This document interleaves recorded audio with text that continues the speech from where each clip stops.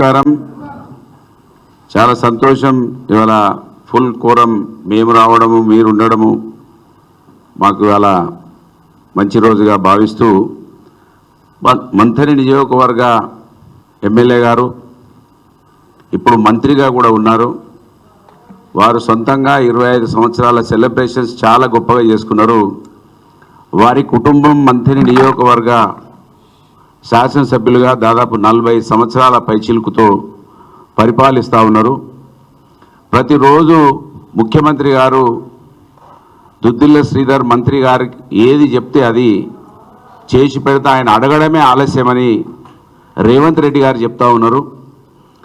మరి ముఖ్యమంత్రి గారు చెప్పినా కూడా మా ఎమ్మెల్యేకు మా మంత్రి ప్రజల మీద కనికరం వస్తలేదా అనేది మాకు అర్థమైతలేదు. కనుక ఎమ్మెల్యే గారి 1 ఇయర్ సంవత్సరం కాలం పూర్తిగా విఫలమైందనే దానికి నిదర్శనంగా కొన్ని ఈ రాష్ట్రంలో ఉన్నటువంటి ప్రజానికానికి మంత్రి నియోజకవర్గ ప్రజల పక్షాన మంత్రి నియోజకవర్గ ప్రజలకి 4 సంవత్సరాల మేలు జరుగుతుందనే ఉద్దేశంతో మంత్రి నియోజకవర్గాన్ని చీకట్లుస్తూ ఆయన మేనిఫెస్టో కమిటీ చైర్మన్గా ఈ రాష్ట్ర ప్రజలనే చీకట్లో నెట్టివేసిన విషయాన్ని రాష్ట్రానికి కూడా తెలపాలని ఆయన వైఫల్యాలపైన ఛార్జ్షీట్ను విడుదల చేయడం జరుగుతూ ఉన్నది మీ సమక్షంలో.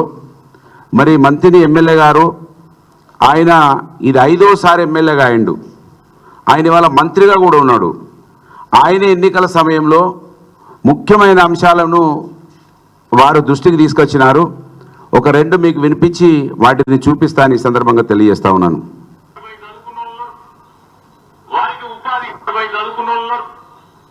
వారికి ఉపాధి కావాలి. మహిళా సోదరులు అనేక సందర్భాల్లో కోరుతా ఉన్నారు. మున్సిపాలిటీ వచ్చింది, మొత్తం ఉపాధి కోల్పోయిన వారి గురించి ఆలోచన చేయాలి. అందుకోసమే ప్రత్యేకంగా అనేక సందర్భాల్లో ప్రయత్నం చేస్తా ఉన్నాం. కనీసం ప్రైవేట్ రంగంలోనైనా కనీసం 2 నుంచి 3 వేల ఉద్యోగ సంకల్పన చేస్తే ఎవరైనా పారిశ్రామికవేత్త ఉంటుందని మేము చాలా సందర్భాల్లో చాలా మందిని కోరుతా ఉన్నాం. కానీ ప్రభుత్వం వచ్చిన తర్వాత తప్పకుండా చెప్తాను, ఎవరినో మెప్పించి ఈ యువతకు సంబంధించిన ఉపాధి తీసుకురావడానికి నా వరకు పూర్తి శాయశక్తుల ప్రయత్నం చేస్తానని మనం చేస్తున్నా. ఎందుకంటే 165 రోజుల లోపల చిన్న కాళేశ్వరం ప్రాజెక్టు 37 రోజులు వచ్చింది. ప్రభుత్వం వచ్చి 37 రోజులు వచ్చింది. ప్రయత్నం మొదటి రోజు నుంచే మొదలుపెట్టినాం. మొదలుపెట్టి కార్యరూపం దాల్చే వరకు కూడా అహర్నిశలు కృషి చేస్తాం. వారి మాటల్లోనే మీరు విన్నారు. నిరుద్యోగ యువకులకు ఉద్యోగ అవకాశాలు ఇక్కడ మున్సిపాలిటీ అయింది కనుక ఉపాధి కోల్పోయినరు, వాళ్ళకు కూడా ఉపాధి చూపిస్తా అని చెప్పినారు. వీరి సొంతంగా వీరికి కంపెనీలు ఉన్నాయి. వాళ్ళ కుటుంబానికి సంబంధించిన కంపెనీలు మంత్రిలో ఒక 2, కాటారంలో ఒక 2 పెడతాడని అనుకున్నా, వాటిని పెట్టలేదు. చిన్న కాళేశ్వరం అయితే గొంతు చించుకొని మాట్లాడిండు. గొంతు చించుకున్నాడు ఆయన. అబ్బా ఎంత అద్భుతంగా మాట్లాడుతుండని ఆకర్షించే విధంగా మాట్లాడి చిన్న కాళేశ్వరం ప్రాజెక్టు పని ఇప్పటి వరకు ఒక తట్టెడు మట్టి తీయలేదు, 1 ఎకరం భూసేకరణ చేయలేదు, దానికి ఒక 100 రూపాయలు కేటాయించలేదు. అక్కడ ఈ రోజు వరకు నేను మొన్న ప్రెస్ మీట్లో కూడా చెప్పిన, ఈ రోజు వరకు దానికి ఎస్సీ కూడా లేడు. ఎస్సీ లేని ప్రాజెక్టుగా మొత్తం దానికి ఒక స్టాఫ్ లేని ప్రాజెక్టుగా అది ఇవాళ అక్కడ ఉన్నది. అదేని కూడా ఇప్పటి వరకు ఆయన దానికి ఏమాత్రం చెల్లించలేదు, దాన్ని పని స్టార్ట్ చేయలేదు. అంటే వారి కుటుంబానికి సంబంధించినటువంటి ఏదైనా సాఫ్ట్వేర్ కంపెనీ తీసుకురాలేదు. ఆయన ఇండస్ట్రీ మినిస్టర్గా అక్కడ సింగరేణి ఉన్నది, నీళ్లు ఉన్నాయి, భూమి ఉన్నది, అన్ని వనరులు ఉన్నటువంటి ప్రాంతంలో ఒక ప్రాజెక్టుకు ప్రతిపాదన ఇప్పటి వరకు కూడా చేయలేదు. పూర్తిగా విఫలమైపోయిండు. అంతేకాకుండా మేము మంథని ఖమ్మంపల్లి తాడిచెర్ల వయా భూపాల్పల్లికి ఒక రోడ్డును ప్రతిపాదించినాం. పూర్తిగా కిషన్ రావుపల్లి వరకు కూడా ఆ రోడ్డును పూర్తి చేసినాం. ఖమ్మంపల్లి దగ్గర బ్రిడ్జిని కట్టించినాం. ఆ కిషన్ రావుపల్లి నుంచి తాడిచెర్ల వరకు ఒక 5 కిలోమీటర్ల ఫారెస్ట్ క్లియరెన్స్ను కూడా తీసుకొచ్చి పెట్టినాం.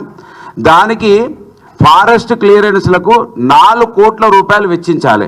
ఓన్లీ ఫారెస్ట్ క్లియరెన్స్కు 4 కోట్ల రూపాయలు కేటాయించాలి. అంటే ఒక మంత్రిగా ముఖ్యమంత్రి ఏమో ఆయన ఏం చెప్తే అది చెప్తా అంటున్నాడు. నిన్న పెద్దపల్లిలో మీటింగ్లో కూడా చెప్పిండు, మీ ఎమ్మెల్యే మంత్రి ఎమ్మెల్యే ఆయన బయట ఒక రకంగా ఉంటాడు, లోపల ఒక రకంగా ఉంటాడు, తలుపులు ఎత్తే మమ్మల్ని ఇయ్యరమయ్య సంపుతాడని ముఖ్యమంత్రి రేవంత్ రెడ్డి మాట్లాడుతున్నాడు. అంటే మీరు ఇయ్యరమయ్య సంపుడు అయినా అవసరం లేదు, కానీ 4 కోట్ల రూపాయలుగా ఫారెస్ట్ క్లియరెన్స్లకు తెప్పేయడంలో విఫలమైండు మంత్రి ఎమ్మెల్యే అనే విషయాన్ని ఈ సందర్భంగా గుర్తు చేస్తూ ఉన్నాను. కాళేశ్వరం ప్రాజెక్టు కట్టేటప్పుడు బొబ్బోలు పెట్టిండు.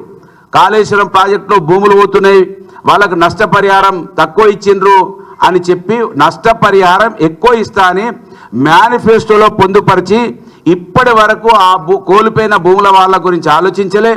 ఆ కాళేశ్వరం ప్రాజెక్టు ద్వారా ఫ్లడ్ బ్యాంకులు నిర్మిస్తామని చెప్పిండు, దానికి కూడా అతిగతి లేదనే విషయాన్ని ఈ సందర్భంగా గుర్తు చేస్తా ఉన్నాను. అక్కడ తాడిచెర్ల గ్రామంలో జెన్కోకు సంబంధించినటువంటి కోల్ మైనింగ్ జరుగుతూ ఉన్నది. భూపాల్పల్లి జెన్కో ప్లాంట్కి సంబంధించినటువంటి ఆ కోల్ మైనింగ్కి సంబంధించినటువంటి డేంజర్ జోన్లో ఉన్నటువంటి గృహాలను తీసుకోవాలని అప్పుడు గగ్గోలు పెట్టిండు. ఇప్పటి వరకు ఆ డేంజర్ జోన్ గురించి ఊసలేదు, ఉలుకు లేదు, పలుకు లేదు, దాంట్లో విఫలమైపోయినాడు. అంతేకాకుండా మేము ఓడేడు దగ్గర ఒక బ్రిడ్జిని ప్రతిపాదన చేసినాం, దాన్ని మొత్తం పిల్లర్లు అయిపోయినాయి, మీద గడ్డర్స్ వేసి స్లాబులు వేయాలి. అక్కడ గడ్డర్లు కూలిపోతే గగ్గోలు పెట్టిండి, ఇదేదో అవినీతి జరిగింది, మోసమైంది అన్నాడు. ఆ అవినీతి బయటపెట్టలే, ఆ ఓడేడుకు సంబంధించినటువంటి బ్రిడ్జిని ఇప్పటి వరకు కూడా పూర్తి చేయలే, దాంట్లో కూడా విఫలమైపోయినాడు. ఆ బ్రిడ్జి వస్తే చాలా మంతిని ప్రాంతం వెలుగులోకి వస్తుంది. ఖమ్మంపల్లి టు భూపాలపల్లి రోడ్ అయితే మంతినికి వెలుగులోకి వస్తుంది, తాడిచెల్ల వెలుగులోకి వస్తుంది. మంతిని నుంచి కాటారం నుంచి భూపాలపల్లికి వెళ్తే 52 కిలోమీటర్లు వస్తే, ఇటు నుంచి వెళ్తే 32 కిలోమీటర్, అంటే 20 కిలోమీటర్లు ఆదా అవుతుంది. దాని మీద మంత్రిని ఎమ్మెల్యే ఇప్పటి వరకు దృష్టి పెట్టకుండా విఫలమైపోయిండు. ఆ రోజు చెప్పిండు ఇసుక పోతా ఉన్నది, ఇది తాత ముత్తాతల ఆస్తి, దీన్ని దోసుకపోతున్నారు కాంగ్రెస్ బీఆర్ఎస్ పార్టీలు అని చెప్పి ఈ ఇసుకంతా కూడా అమ్ముకుంటున్నారు, డబ్బులు పెట్టి వాళ్ళు గెలుస్తారు, ఆ డబ్బులు తీసుకొస్తారు అన్నాడు. మేము డబ్బులు పెట్టలేదు, కానీ ఆయనే ఇవాళ ఎన్నికలలో 100 కోట్ల రూపాయలు ఖర్చు పెట్టి నోట్లతోటే గెలిచిండు అనేది వాళ్ళ మంత్రులు ఎవరు అడిగినా కూడా చెప్తారు. ఆ ఇసుకని ఇప్పటి వరకు ఆపలేదు, ఇంకా ఇసుక రీచులు పెరుగుతూ ఉన్నాయి. మీ ఇసుక తీసుకుపోనీ కానీ మంతిని ప్రాంతంలో ఉన్నటువంటి నివాసులకు వాళ్ళు ఇల్లు కట్టుకోవడానికో, మోరి కట్టుకోవడానికో, లాట్రిన్ బాత్రూమ్ కట్టుకోవడానికో ఇసుక ఉచితంగా ఇప్పిమని చెప్తే దాని మీద ఉలుకు లేదు, పలుకు లేదు. పక్కకే ఉన్నటువంటి శాసనసభ్యుడు, పెద్దపల్లి శాసనసభ్యుడు ఉచితంగా వాళ్ళ ప్రాంతంలో ఏ అవసరాలున్నా లోకల్ అవసరాల కోసం ఉచితంగా ఇసుక సప్లై చేపిస్తూ ఉన్నాడు. ఆయన డైరెక్ట్ ఆర్టీఓని పిలిపించిండు, ఆ ఎస్పీని పిలిపించిండు. ఈ లోకల్గా నడిచే ఇసుక ట్రాక్టర్లను పట్టుకోవద్దని ఆదేశాలు ఆయన లెటర్ మీద రాసి అధికారులకు ఇచ్చి ఇసుక ఉచితంగా ఇప్పిస్తూ ఉన్నాడు పెద్దపల్లి ఎమ్మెల్యే. మరి పెద్దపల్లి ఎమ్మెల్యేకు సోయి ఉన్నది, మంత్రి ఎమ్మెల్యేకు సోయి లేకపోవడం ఇది దురదృష్టకరం. ఒక ఓటుతోటి గెలిచి పెద్ద పదవులు వస్తే అక్కడ ప్రజలకు మేలు జరుగుతుంది అనుకుంటే ఇవాళ సంవత్సర కాలం పాటు కీడు జరిగింది తప్ప మేలు జరగలేదు. తాత ముత్తాతల ఆస్తి ఆపలేదు, ఇసుక ఉచితంగా రావడం లేదు. మంత్రిలో ఇవాళ మాఫియా చెలరేగుతూ ఉన్నది. ఎర్రమట్టి, ఇసుక చెరువుల పూడిక తీతలలో మట్టి దోపిడీ, పీడిఎస్ బియ్యం దోపిడీ యథేచ్ఛగా లూటీ చేస్తూ ఉన్నారు. దాన్ని కూడా ఇప్పటి వరకు ఆపలేదు. అదిన్నే పరమావధిగా పెట్టుకొని దాని మీద కూడా దాన్ని కూడా విఫలం చెందినాడు మంత్రి ఎమ్మెల్యే. అంతేకాకుండా ఇలా నేను విద్యావంతుణ్ణి, మా నాయన కూడా మాజీ స్పీకర్ అని గొప్పలు చెప్పుకుంటే అన్నటువంటి ఈ విద్యాహీనుడని నేను చెప్తున్నా. ఇప్పటి వరకు సంవత్సర కాలంలో ఒక్కసారన్న విద్యా వ్యవస్థ మీద ఒక్క మీటింగ్ కూడా పెట్టలే, సమీక్షా సమావేశం పెట్టలే. మేమున్నప్పుడు అంగన్వాడీ కేంద్రాలలో సోలార్ పెట్టి ఆ పిల్లలకు ఫ్యాన్ల సౌకర్యం కల్పించినాం. దాంట్లో బెంచీలు కుర్చీలు వేసినాం పెద్దపల్లి జిల్లాలో. ఇప్పటి వరకు అంగన్వాడీలలో కూడా కనీసం ఒక వసతి కూడా కల్పించలే. ఏ ప్రభుత్వ రంగ పాఠశాలల్లో కూడా కనీస వసతుల కోసం ఆలోచన చేయలేదని ఈ సందర్భంగా గుర్తు చేస్తూ ఉన్నాం. దాని మీద కూడా ఛార్జ్షీట్ వేస్తూ ఉన్నాం. అంతేకాకుండా ఆ రోజు మంత్రిగా ఉన్నటువంటి హరీష్ రావు గారు అక్కడ మాతా శిశు కేంద్రాన్ని ఓపెనింగ్కి వస్తూ ఉంటే ఆ మధ్యలో గల లద్నాపూర్లో భూ నిర్వాసితులు ఉన్నారు. వాళ్ళు 282 మందికి మాకు R&R ప్యాకేజ్ కావాలి, మా ఇళ్ళను తీసుకున్నారు, మా ఇంటికి పైసలు మాత్రమే ఇచ్చిండ్రు, మాకు ప్యాకేజ్ కావాలని వాళ్ళు ఆందోళన చేస్తుంటే వాళ్ళ దగ్గర కూర్చొని ఆ రోజున్న మంత్రిగా ఉన్నటువంటి హరీష్ రావు గారి కాన్వాయ్ని అడ్డుకొని వాళ్ళకు ప్యాకేజ్ ఇప్పించాలన్నాడు. చెప్పులు అరిగేదాకా ఇప్పుడు సంవత్సర కాలం తిరిగిన లద్నాపూర్లో అటువంటి 282 ఇండ్ల ఆవాస వాళ్ళ గురించి ఇప్పటి వరకు ఉలుకులేదు పలుకులేదు. దీని మీద ఛార్జ్షీట్ వేస్తూ ఉన్నాం.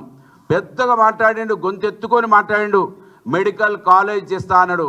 రేవంత్ రెడ్డి ఏమో మెడికల్ కాలేజ్ పట్టుకపోయిండు, ఆయన అక్కడ అనౌన్స్ చేసుకున్నాడు. ఇప్పటి వరకు మెడికల్ కాలేజ్ ఉలుకులేదు పలుకులేదు. దాని మీద కూడా మేము ఛార్జ్షీట్ వేస్తూ ఉన్నాం. అంతేకాకుండా మంతినిలో కాళేశ్వరం నీళ్ళు వస్తలేవన్నాడు. ఆ రోజే నేను కాళేశ్వరం నీళ్ళు తొందరగా మాకు అనుసంధానం కావాలని, కేసీఆర్ గారేమో కాళేశ్వరం ఒకసారి కనెక్ట్ అయిన తర్వాత నీటి ఎద్దడి ఉండదని వారు ఆలోచించినారు. కానీ మంతిని ప్రాంతంలో నీళ్లు తొందరగా వస్తలేవు, మా ప్రజలు మేము ఎక్కడికో SRSP నుంచి వచ్చేదాకా ఆగాలంటే నేను మంతిని మండలం పోతారం దగ్గర ఒక లిఫ్ట్ను ప్రతిపాదించిన, ఆ లిఫ్ట్ను కనీసం ఇప్పటి వరకు ఊసలేదు ఉలుకులేదు పతుకులేదు. దాని మీద నేను ఛార్జ్షీట్ వేస్తూ ఉన్నాను. పోతారం లిఫ్ట్ను తక్షణమే మంజూరు చేయించాలని, చిత్తశుద్ధి నిలుపుకోవాలని నేను డిమాండ్ చేస్తూ ఉన్నాను. అంతేకాకుండా ముఖ్యమంత్రి రేవంత్ రెడ్డి గారు 1000 కోట్ల రూపాయలు తీసుకుపోతా ఉన్నాడు ఆయన నియోజకవర్గానికి. ఆయన నియోజకవర్గానికి 1000 కోట్ల రూపాయలు తీసుకుపోవడమే కాదు, ప్రత్యేకంగా ఆయన కడాని కొడంగల్కు ఒక కడాని ఏర్పాటు చేసుకున్నాడు. ఆయన కడాని ఏర్పాటు చేసుకొని అభివృద్ధి చేసుకుంటా ఉంటే ఈయన మాత్రం ఆ రోజు పంచాయతీలకు నిధుల గురించి మాట్లాడిండు, ఈజీఎస్లు పోతాని అని మాట్లాడిండు, పంచాయతీల అభివృద్ధి పోతుందని మాట్లాడినటువంటి వ్యక్తి ఇవాళ మా గ్రామాలను నిర్వీర్యం చేసే దిశగా రూడా అనే పేరు మీద, ఏది రామగుండం రూడా అనే పేరు మీద మా గ్రామాలన్నింటినీ కూడా ఆ రూడాలో కలిపి ఇవాళ స్థానిక సంస్థలను నిర్వీర్యం చేస్తూ ఉన్నాడు. దీని మీద కూడా ఛార్జ్షీట్ వేస్తూ ఉన్నాను. ఇవాళ ఆయన IT మంత్రిగా ఉన్నాడు, ఇండస్ట్రియల్ మంత్రిగా ఉన్నాడు. దాని గురించి ఇప్పటి వరకు ఏది కూడా ప్రతిపాదన లేదు. దాని మీద కూడా నేను ఛార్జ్షీట్ వేస్తూ ఉన్నాను. దీనికి జవాబు చెప్పాలని డిమాండ్ చేస్తూ ఉన్నాను. మంత్రిలో ఇవాళ ఏం చేసిండే అంటే ఘనకీర్తి. ఈ సంవత్సరంలో ఆ రోజు పోలీసు వాళ్ళు అంటే కండవాలు కప్పుకోండి, పోలీసు వాళ్ళు మీరు ఏం చేస్తున్నారు, BRS పార్టీకే పనిచేస్తున్నారంటే ఇవాళ BRS పార్టీ ఆ రోజు నాయకులకు ఏమన్నా ఒకటో రెండో పనులు చేస్తే చేయొచ్చు, కానీ ఇవాళ పోలీస్ స్టేషన్ కార్యాలయాలే కాంగ్రెస్ పార్టీ కార్యాలయాలుగా మారిపోయినాయి. మా నాయకుల ఫోన్లు ఎత్తడం లేదు, మా నాయకులు పోలీస్ స్టేషన్లకు కనీసం అనుమతి ఉండలేదు. సామాన్య ప్రజలు పోతే దరఖాస్తులు కూడా తీసుకుంటలేరు. సామాన్య ప్రజలు పోతే కాంగ్రెస్ లీడర్ దగ్గరికి వెళ్ళు, ఆయన ద్వారా రావాలి తప్ప నేరుగా పోలీస్ స్టేషన్ రావద్దని నిస్సిగ్గుగా పోలీసులు మాట్లాడుతూ ఉన్నారు. నిజంగానే నాకు బాధ ఇస్తుంది. అప్పుడప్పుడు జయశంకర్ భూపాలపల్లి జిల్లాలో IPS ఆఫీసర్ ఉన్నాడు, ఇక్కడ రామగుండంలో CP ఉన్నారు. వాళ్ళు కూడా కనీసం నేను IPS ఆఫీసర్గా ఉన్నటువంటి భూపాలపల్లి SP గారిని కూడా కలిసిన, కనీసం ఆ ఫోన్లు లేవట్టమనండి. మారుమూల ప్రాంతం నక్సలిజం ఉంటుంది, నాలాంటి వాళ్ళు ఫోన్లు చేస్తే కూడా మీ పోలీసు వాళ్ళు ఫోన్ లేపుతలేరంటే ఇప్పటి వరకు కూడా దాని మీద శ్రద్ధ చూపించకుండా మా నాయకుల మీద రౌడీ షీట్లు ఓపెన్ చేసిండ్రు, అనేక కేసులు పెడతా ఉన్నారు. కేసును పెట్టిన ఒకరోజే 4 కేసులు పెడతా ఉన్నారు. దీని మీద నేను ఛార్జ్షీట్ వేస్తూ ఉన్నా. కనుక ఇవాళ సమైక్యాంధ్ర పాలనలో నిర్లక్ష్యానికి గురైన మంత్రి నియోజకవర్గాన్ని సింహభాగం పాలించింది వీళ్ళ కుటుంబమే కాదా, అవునా వీళ్ళు చెప్పాలి. అందుకు బాధ్యత మీది కాదా? తెలంగాణ రాష్ట్రం ఏర్పాటు తర్వాత TRS నేటి BRS 10 ఏళ్ల పాలనలో మీ 40 ఏళ్ల పాలన కంటే ఎక్కువ నిధులు తీసుకొచ్చింది మేము వాస్తవం కాదా మీరు చెప్పాలని నేను గుర్తు చేస్తూ ఉన్నాను. కేసీఆర్ తీసుకువచ్చినటువంటి తెలంగాణలో మన నిధులు మనమే వాడుకునే వెసులుబాటు ఉండి కూడా ప్రభుత్వంలో మంత్రిగా ఉన్న నీకు నిధులు తెచ్చే అవకాశం ఉండి కూడా ఇప్పటికైనా మంత్రిని ప్రజలకు ఇచ్చిన హామీలు నెరవేర్చకపోతే ఎలా నేను అడుగుతా ఉన్నాను. ఇప్పుడు కాకపోతే ఇంకెప్పుడు మీరు నిధులు తీసుకొచ్చి తరతరాలుగా మీ కుటుంబం ఓటు బ్యాంకు రాజకీయం చేస్తుంది తప్ప ప్రజలకు కనీసం మేలు చేయడానికి కోసం ఆలోచించలేదు. ఈ సంవత్సర కాలంలో ఇప్పటికైనా రాబో 4 సంవత్సరాలలో మీరు ఏదైనా కొంత ప్రజలకు చేస్తారని ఆశిస్తూ ఈ ఛార్జ్షీట్ ద్వారానైనా మంత్రిని ఎమ్మెల్యేకి వాళ్ళ ప్రభుత్వంలో మంత్రిగా ఉండి ముఖ్యమంత్రి పక్కకే జేబులో ఉన్నటువంటి ముఖ్యమంత్రి కూడా పదే పదే మా శ్రీధర్ బాబు ఏది చెప్తే అది చేస్తా అని అసెంబ్లీ సాక్షిగా ప్రకటించినా కూడా నీకు నోరు వస్తలేదా, చేతులు వస్తలేదా? మంత్రిని ప్రజలు మీ కుటుంబానికి 40 సంవత్సరాల పైచిలకు అధికారం ఇస్తే కూడా మాకు కనీసం ఆకలి తీర్చరా, అక్కడ ఉన్నటువంటి నిరుద్యోగ యువకులకు ఉద్యోగ అవకాశాలు చూపించరా, ఒక ఇండస్ట్రీ మా దగ్గర తీసుకురాదా, ఒక ఐటీ కంపెనీ మీ కుటుంబానికి సంబంధించినటువంటి ఐటీ కంపెనీలు మా దగ్గర పెట్టరా? మీరు మాత్రం అమెరికాలో ఉంటా ఉన్నారు, ఓట్లేసి గెలిపించినందుకు మీరు అమెరికాలో ఉంటూ ఉన్నారు, కానీ మా కుటుంబాల నుంచి ఒక్కరిని కూడా అమెరికాకు తీసుకుపోరా అని నేను ఈ సందర్భంగా ఈ ఛార్జ్షీట్ ద్వారా మంత్రిని ఎమ్మెల్యేను నిలదీస్తూ ఉన్నాను, అడుగుతూ ఉన్నాను. ప్రజల పక్షాన మంత్రి నియోజకవర్గం నుంచి ఏకైక మొట్టమొదటిసారి ఒక బలహీన వర్గాల నుంచి ఒక బీసీ సామాజిక వర్గాల నుంచి ఎమ్మెల్యేగా ఎదిగితే మా మీద అనేక కుట్రలు కుతంత్రాలు చేసి ప్రజలకు దూరం చేసి నోట్ల సంచులు పట్టుకొని వచ్చి గెలవడం తప్ప మీరు చేసిన కొత్తది ఒక్కటన్నా ఉంటే చూయించమని ఇవాళ హైదరాబాద్ వేదికగా నేను డిమాండ్ చేస్తూ ఉన్నాను. ఇప్పటికైనా మంత్రిని ఎమ్మెల్యే మా ప్రజల పక్షాన ఆలోచించు, మా ప్రజల ఆకలి గురించి ఆలోచించు, మీ కుటుంబాలను అందరిలో ఎక్కించుకోవడానికి చూపించే శ్రద్ధ అందులో 1% అన్నా మా కుటుంబాల మీద చూపించమని డిమాండ్ చేస్తూ ఈ ఛార్జ్షీట్ ద్వారానైనా మంత్రిని ఎమ్మెల్యే వాళ్ళ మంత్రిగా ఉండి 4 సంవత్సరాల కాలంలో మా ప్రజలకు మేలు చేస్తాడని ఆశిస్తూ డిమాండ్ చేస్తూ అట్టడుగునున్నటువంటి ప్రజల నుంచి ఆ కులాల నుంచి వచ్చినటువంటి ఒక సామాన్య కుటుంబం నుంచి వచ్చినటువంటి వ్యక్తిగా డిమాండ్ చేస్తూ ఉన్నాను. ఈ కార్యక్రమానికి నేను పిలవగానే మా నియోజకవర్గం నుంచి ముఖ్య నాయకులు, మాజీ ఎంపీపీలు, మాజీ జెడ్పీటీసీలు, మాజీ మార్కెట్ కమిటీ అధ్యక్షులు, సింగిల్ విండో అధ్యక్షులు, ఇవాళ మా బీఆర్ఎస్ పార్టీ మండల శాఖ అధ్యక్షులు, యూత్ అధ్యక్షులు వీళ్ళందరూ కూడా వచ్చినారు. స్టూడెంట్ ఆర్గనైజేషన్ నుంచి కూడా వచ్చినారు. వీళ్ళందరికీ మా పత్రికా సమావేశంలో పాల్గొన్న మా పాత్రికేయ మిత్రులందరికీ హృదయపూర్వకంగా ధన్యవాదాలు. జై తెలంగాణ, జై కేసీఆర్, జై కేటీఆర్.